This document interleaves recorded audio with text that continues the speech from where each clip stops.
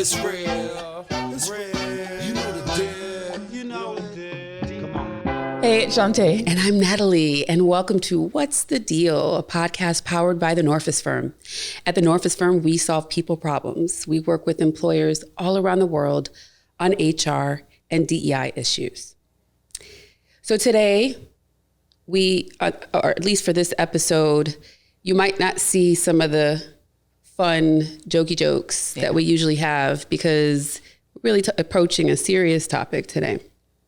And as I think is probably clear from our topics and our conversations thus far, we look at things holistically. Yeah. Right. So we're not only going to focus on sort of the outputs and the production, but the people who are needed to make those things happen.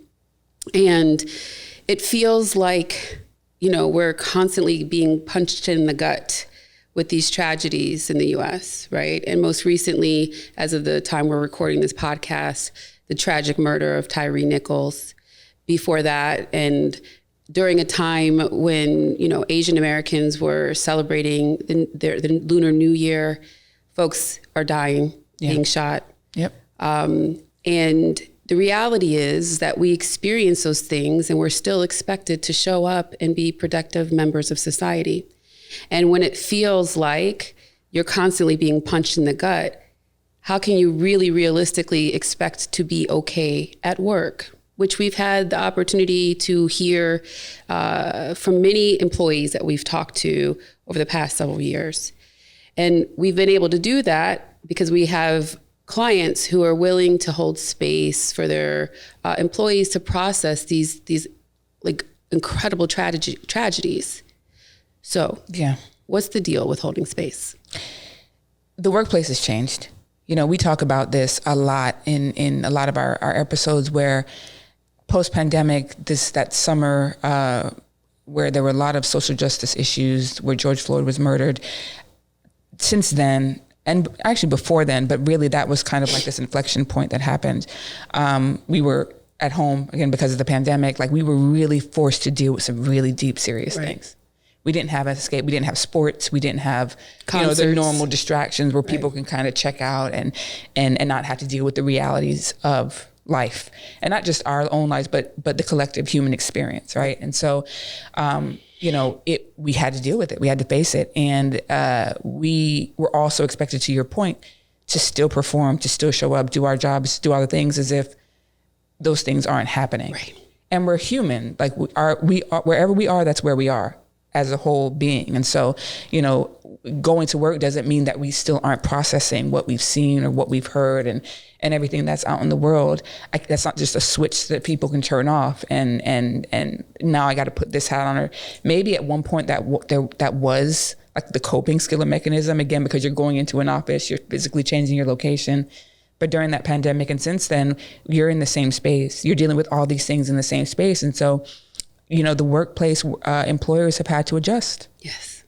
They've had to really, really take the time out to understand, or try to at least, what's happening with my people, what's happening with our people, because, either burnout or lack of productivity or, interactions aren't going as well as they used to go at work. People are just more charged, right? They're wearing everything on their sleeves. Like, it's just a really, really challenging time for people emotionally.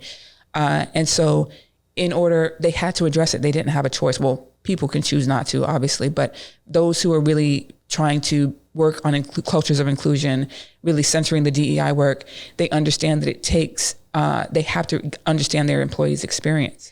And I actually appreciate that you pointing that piece out, because we have had a few clients that are like, well, what does wellness have to do with DEI? Why do we need to worry about the mental health of our employees? Which, I think seems obvious to a lot of people, but I appreciate that you point that out, because wellness is so directly tied to this concept of diversity, equity, and inclusion, and particularly on the I piece. Correct. Right? Including people as they are and who they are.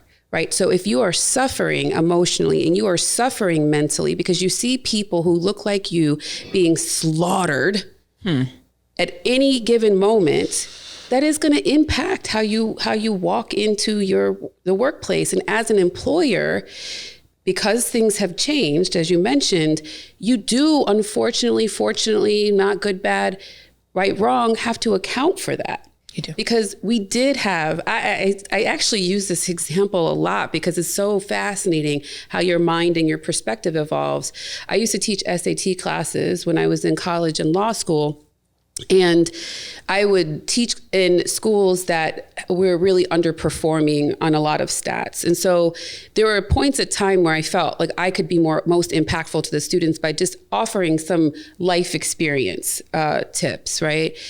And I used to say in that class, there's a home you and a work you. And when you leave the house and you're entering into the work world, you wouldn't go to work in your robe. Right? Because in my mind, there at that time, and what I had been taught, you act one way at work and you act one way at home. Right. Right. And of course, like even today, there's certain things you would talk to your closest friend about that you wouldn't talk about at work. So Absolutely. I mean, obviously there are some differences. They're boundaries, sure. But they're much different now. Yeah. And so this if you're not in the mode of looking at the whole person, the whole picture, not that you have to solve all their problems, but being thoughtful and intentional about the fact that they are dealing with far more than just getting you a report or producing, a service or a product. One of the things that I admire most about you is your ability to hold space for employees. And so first, what does holding space even mean? Well, holding space is really just allowing the person to be as they are. Like you kind of touched on that before. It's recognizing that something may be going on or not, but it's being able to step outside of yourself and just kind of be like a shoulder or an ear without requiring a lot of that person. So meaning, I don't have to necessarily put on a mask. I don't necessarily have to switch my speech. I don't necessarily have to, I can really express myself in a way that I need to in the moment and not feel some sort of way and not feel like I'll be retaliated against or judged or anything, any of those things that produce harm, right? Like I create a space that's trusted, that's safe, right? That people can let down their guard a little bit and just acknowledge what's going on with them. And then allowing that, because what that does is allows them to work through whatever that is. Because sometimes people just need to express it. They just need to get it out. They're not necessarily any action needs to be taken, right? It's just, I need to get it out. I can't live in my body. And as you know, I'm trauma informed. So I take that kind of trauma informed, trauma sensitive approach to these interactions. And so, when I'm approaching sharing sessions or anything that I'm doing with an employer or even on my own, because I used to do a Black employees or Black professionals wellness checks. So we would get together, and it's really about, there's like 6 components of this that I really try to center around. And one is safety. Again, do no harm. So, and how are you creating an environment that's safe for people? We don't know what that is. So it's more so the trust piece, which is another component to this. So trust and trustworthiness. And then another aspect of that is collaboration. How can we work together to really make sure that we're working together and giving each other what we need right now to help move some things forward. It's the peer support. So support and self-care. What does the care look like? Because it's not all on the employer. And I think that's something we need to touch on. Yes, you can hold space for it, but you don't necessarily have to solve for anything for people. You can provide resources, of course, but we're not asking you to fix things, right? And I think what's important about that is that because we live in a very solution, something needs to be produced out of something. It also requires a little bit of a shift on what is productive, right? Sometimes productive is just letting people talk about how they feel. Like that is the thing. Right. Not that, because then we'll get people are like, oh, should we do a survey after? And it's like, no, right? Like just let it be this. Stop doing that. And so the reason why I think it's important that you use that word fix is that that's not what holding space is intended to do. It's interesting how often we get feedback of, I just needed to be able to have this time to talk. There was situation during the pandemic, and I think I've talked about this before, but it really, really stood with me because we were doing a session and, someone was just talking about how lonely they felt because their caretaker duties like exponentially increased during the pandemic, and a few others were feeling the same. And I said, you know, what kind of support would you need here? And he was like, this, Right. like more of these types of conversations. And the conversation was an hour. So, you know, we are always trying to be practical, right? So I think that's the other piece that, you know, we've both held space, but I always like to defer to you because you're just like, and you're like good with it. Listen, if you need some space held, you need to talk to Shanté, honestly, because you'll be like, she'll be asking you one question and it's like pulling a whole thread, Yes. and you're like, oh my goodness, I didn't even know this was connected exactly. to this, and I didn't realize I was there. So yeah, definitely have to shout that out. But it's also a practical thing that you can offer your employees. It's not time intensive. We don't ask anyone to do anything ahead of time. So you're not prepared. There's no prep time, right? You can also make the person available, you know, make someone like a facilitator like you available afterward. But this just gets at what we talk about with a lot of these DEI efforts, is that they don't all require a ton of effort or a super heavy lift, but can have such a big impact. An hour close in time to a tragedy with someone who is trained and understands how to hold space can make such a big impact on your employees.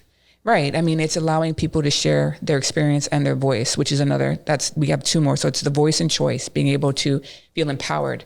Me talking about this, I can get this out of the way, and then I can choose an action, right? Instead of feeling like I'm in this stress response where I have to react to everything. It's like, no, I can clear it and go on.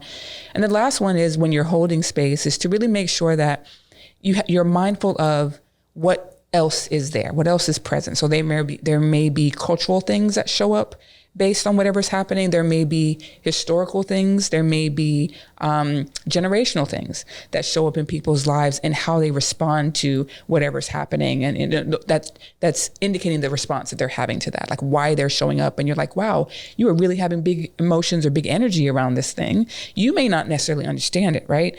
But all you have to do is acknowledge that exists and that there might be something else there that you just don't have like context or perspective on. And it's okay. Right. So as we look at today's episode, we are sadly in a situation where it is more likely than not that we will experience more tragedy. I think it's unrealistic to think that it's all going to go away. So as you're thinking through your DEI efforts, and particularly on the inclusion piece, again, a practical way to acknowledge how folks might be feeling or suffering in certain periods of time is holding space. Can you recap for us just the components of holding space? Yeah. Again, from a trauma-informed perspective, it's related to safety, trust, support. So peer support, self-care, collaboration. What was the fifth one? Oh my goodness. No, the collaboration. Yep. And then there was voice and choice. Yeah. And then just being mindful of the outside factors. So generational, historical, or cultural. And last but not least, as one of our guests said recently, employers acknowledge if you don't know how to do this, because you could actually do harm if it's not done well. And so we always advise an expert facilitator. And I think understanding sort of that they have that training, they have this comprehension of how to create these spaces is important, right? It doesn't have to be difficult, but do it right. Yeah. So think about it, bring it in. We'll talk about it. We'll be back on these types of issues more, but given what's been happening in this rapid succession, we just felt like we had to come and talk about this today. And to your point, it's not an if, it's a when. It's going to happen again, and have your resources in place. So call us if you need us. Yeah. All right. We'll be back.